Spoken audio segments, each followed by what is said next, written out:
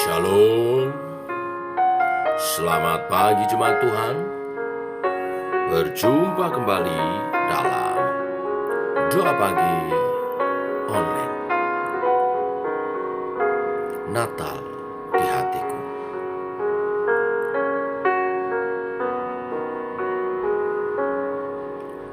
Seperti palungan, layakkanlah hatiku menyambutmu Tuhan. Seperti emas kemenyandanmu, biar hidupku berkenan padamu. Seperti palungan, layakkanlah hatiku menyambutmu Tuhan. Seperti emas kemenyandanmu, biar hidupku berkenan padamu. Sebab Natal tak akan berarti tanpa kasih-Mu. Lahir di hatiku hanya bersamamu, Yesusku rasakan selalu. Indahnya Natal di hatiku.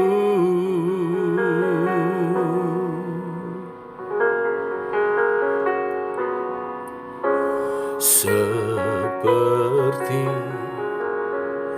palungan, layakkanlah hatiku menyambutmu Tuhan.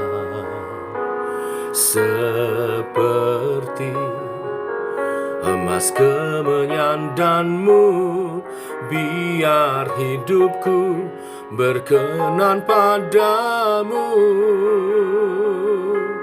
Sebab Natal tak akan berarti tanpa kasih-Mu. Lahir di hatiku hanya bersamamu, Yesus ku rasakan selalu. Indahnya Natal di hatiku. Bersama paduan suara surgaku bernyanyi, kemuliaan di tempat maha tinggi, dan damai sejahtera di antara manusia yang hidup berkenan kepadamu.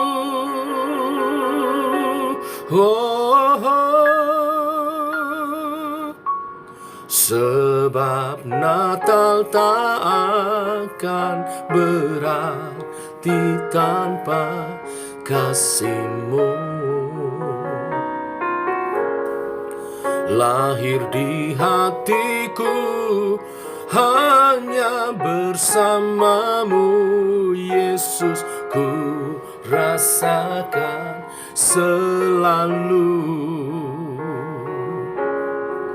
Indahnya Natal di hatiku. Sebab Natal tak akan berarti tanpa kasih-Mu. Lahir di hatiku hanya bersamamu, Yesus ku rasakan selalu. Indahnya Natal di hatiku. Indahnya Natal di hatiku, indahnya Natal di hatiku.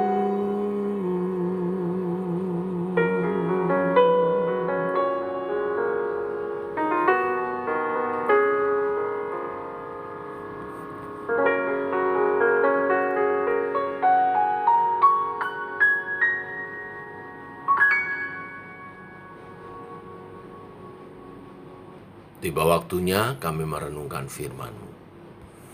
Firman-Mu adalah suluh dan terang bagi jalan kami. Berfirman Tuhan, kami siap mendengarnya. Dalam nama Tuhan Yesus Kristus. Amin. Renungan Natal kedua, Matius 2 ayat 1-12. Demikian firman Tuhan. Sesudah Yesus dilahirkan di Betlehem di tanah Yudea, pada zaman Raja Herodes, datanglah orang-orang Majus dari timur ke Yerusalem dan bertanya-tanya, di manakah dia, raja orang Yahudi yang baru dilahirkan itu? Kami telah melihat bintangnya di timur, dan kami datang untuk menyembah dia. Ketika Raja Herodes mendengar hal itu, terkejutlah ia beserta seluruh Yerusalem. Maka dikumpulkannya semua imam, kepala, dan ahli Taurat bangsa Yahudi. Lalu dimintanya keterangan dari mereka, di mana Mesias akan dilahirkan. Mereka berkata kepadanya, di Betlehem, di tanah Yudea. Karena demikianlah ada tertulis dalam kitab Nabi. Dan engkau Betlehem, tanah Yudea, engkau sekali-kali bukanlah terkecil di antara mereka yang memerintah Yehuda. Karena daripada mula akan bangkit seorang pemimpin yang akan menggembalakan umatku Israel. Lalu dengan diam-diam Herodes memanggil orang-orang Majus itu dan dengan teliti bertanya kepada mereka, bila mana bintang itu nampak. Kemudian ia menyuruh mereka ke Betlehem, katanya, pergilah dan selidikilah dengan seksama hal-hal mengenai anak itu. Dan segera sesudah kamu menemukan dia, kabarkanlah kepadaku, supaya aku pun datang menyembah dia. Setelah mendengar kata-kata raja itu, berangkatlah mereka dan lihatlah bintang yang mereka lihat di timur itu mendahului mereka, hingga tiba dan berhenti di atas tempat di mana anak itu berada. Ketika mereka melihat bintang itu, sangat bersukacitalah mereka. Maka masuklah mereka ke dalam rumah itu dan melihat anak itu bersama-sama Maria, ibunya. Lalu sujud menyembah dia. Mereka pun membuka tempat harta benda dan mempersembahkan persembahan kepadanya, yaitu emas, kemenyan, dan mur. Dan karena diperintahkan dalam mimpi supaya jangan kembali kepada Herodes, maka pulanglah mereka ke negeri melalui jalan lain. Amin. Bapak Ibu jemaat Tuhan, renungan Natal kedua pagi ini akan merenungkan tentang 3 kelompok orang. Kelompok pertama adalah golongan Herodes Agung. Ini adalah raja yang penuh dengan kelicikan. Dia berpura-pura ingin menyembah sang raja yang baru lahir, padahal niat hatinya adalah untuk membunuh saingannya. Demikian Herodes membenci Kristus yang membahayakan tahtanya. Dia tidak tahu bahwa Kristus tidak hanya akan mengambil alih kerajaan yang dikuasai Herodes saja, tetapi Kristus akan menjadi raja atas semesta alam. Kepura-puraan ini adalah menipu orang-orang Majus itu, sehingga mereka perlu diberitahu oleh malaikat tentang kejahatan di dalam hati Herodes itu. Ini golongan pertama yang pura-pura menyambut, tetapi hatinya jahat. Tentu kita tidak mengikuti yang demikian. Tuhan mau kita menyambut Kristus Tuhan Juru Selamat dengan sepenuh hati kita, dengan penundukan dan pengabdian. Golongan kedua adalah ahli-ahli Taurat Mereka rajin menyelidiki segala firman Tuhan. Mereka rajin menghafal kitab Taurat, mempelajari tafsiran-tafsiran, bahkan ahli di dalam mengajar. Tetapi meskipun demikian, mereka tidak punya kepekaan rohani. Nah, ini yang perlu diperingatkan. Kita boleh rajin membaca firman Tuhan, tekun, tapi harus juga peka secara rohani.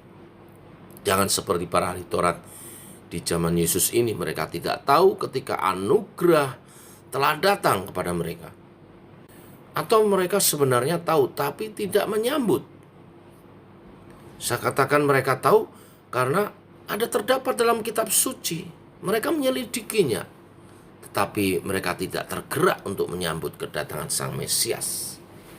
Inilah kelompok orang-orang yang hanya berbicara tentang firman Tuhan, tafsiran ini, studi ini, penelitian ini, bergelar tinggi mungkin, tahu begitu banyak, tetapi tidak sinkron dengan kenyataan hidup mereka. Pengetahuan yang tidak dinyatakan dalam hidup adalah bukan pengetahuan dari Tuhan, walaupun itu tentang firman Tuhan. Mari kita belajar, mari kita sungguh-sungguh mengerti, dan mari kita sungguh mau menyatakan kebenaran-kebenaran firman dalam kehidupan kita, sehingga hidup kita berkenan kepada Tuhan. Nah, kemudian golongan ketiga, ini yang menjadi panutan kita semua, golongan orang Majus. Golongan orang-orang yang sangat giat mencari tempat kelahiran Sang Juru Selamat. Untuk mereka boleh datang dan menyembah Dia. Orang-orang Majus ini menjadi contoh mempermalukan golongan Farisi yang merasa diri lebih dekat dengan Tuhan dari siapapun, tetapi tidak peka akan pengenapan firman Tuhan dalam kehidupan mereka, akan anugerah yang telah dicurahkan. Para Majus menyelidiki dengan seksama ketika ada fenomena langit yang tidak biasa. Mereka akhirnya memutuskan untuk berangkat dan tanpa mengenal lelah terus mencari tempat di mana Kristus dilahirkan. Contoh pertama ini adalah contoh tentang giat di dalam Tuhan. Para Majus ini dituntun oleh bintang, sehingga di dalam ayat 10-11 dikatakan bahwa bintang itu menunjuk kepada rumah tempat Yusuf, Maria, dan bayi Yesus tinggal. Mari saudara, mari kita lebih giat mengarahkan hidup pada kemuliaan Tuhan. Maka kita akan dituntun melalui pengalaman-pengalaman hidup bersama dengan Roh Kudus, makin hari makin serupa Kristus. Orang Majus mereka berjalan begitu jauh dan mempersiapkan pemberian persembahan yang sangat tepat menggambarkan pelayanan Yesus di bumi. Saya katakan semua persembahannya ini menubuatkan tentang pelayanan Sang Mesias Kristus. Yang pertama, orang Majus mempersembahkan emas, lambang kemuliaan, yang dengan tepat menggambarkan kemuliaan Tuhan Yesus. Lalu yang kedua, mereka mempersembahkan kemenyan yang melambangkan doa yang dipanjatkan kepada Allah. Tuhan Yesus memanjatkan doa syafaat bagi para pengikutnya. Dan karena itu bagian ini menunjukkan iman para Majus itu untuk menggambarkan karya ini dengan memberikan kemenyan. Yang ketiga, para Majus ini mereka mempersembahkan mur. Mur merupakan rempah-rempah untuk penguburan orang mati. Melalui pemberian persembahan mur ini sebagai tanda bahwa Yesus akan mati dalam menggenapi panggilannya, memberikan nyawanya untuk menebus umat Tuhan. Mereka yang mengarahkan hidupnya pada kemuliaan Tuhan akan dipakai Tuhan untuk menyatakan karya Kristus bagi dunia ini. Seperti persembahan para Majus ini. Melalui kehidupan kita, kemuliaan Kristus dinyatakan. Melalui kehidupan kita, Doa-doa syafaat dinaikkan melalui kehidupan kita. Kematian Kristus dikabarkan sebagai anugerah penebusan dosa. Siapa yang percaya diselamatkan. Hari ini kita meneladani orang-orang Majus yang dituntun bintang atau mengarahkan hidup pada kemuliaan Tuhan, mempersembahkan persembahan yang menggambarkan pelayanan Kristus di dunia ini. Tuhan memberkati. Mari kita berdoa. Bapa, kami mengucap syukur oleh kasih dan anugerah-Mu. Pagi hari ini kami menghayati kebenaran firman-Mu melalui kehidupan orang-orang Majus yang begitu giat menangkap tanda Tuhan dan mencari Engkau dalam kemuliaan Tuhan, membawa persembahan emas, kemenyan, dan mur, lambang kemuliaan Kristus, doa syafaat, dan kematian Kristus menebus dosa umat manusia.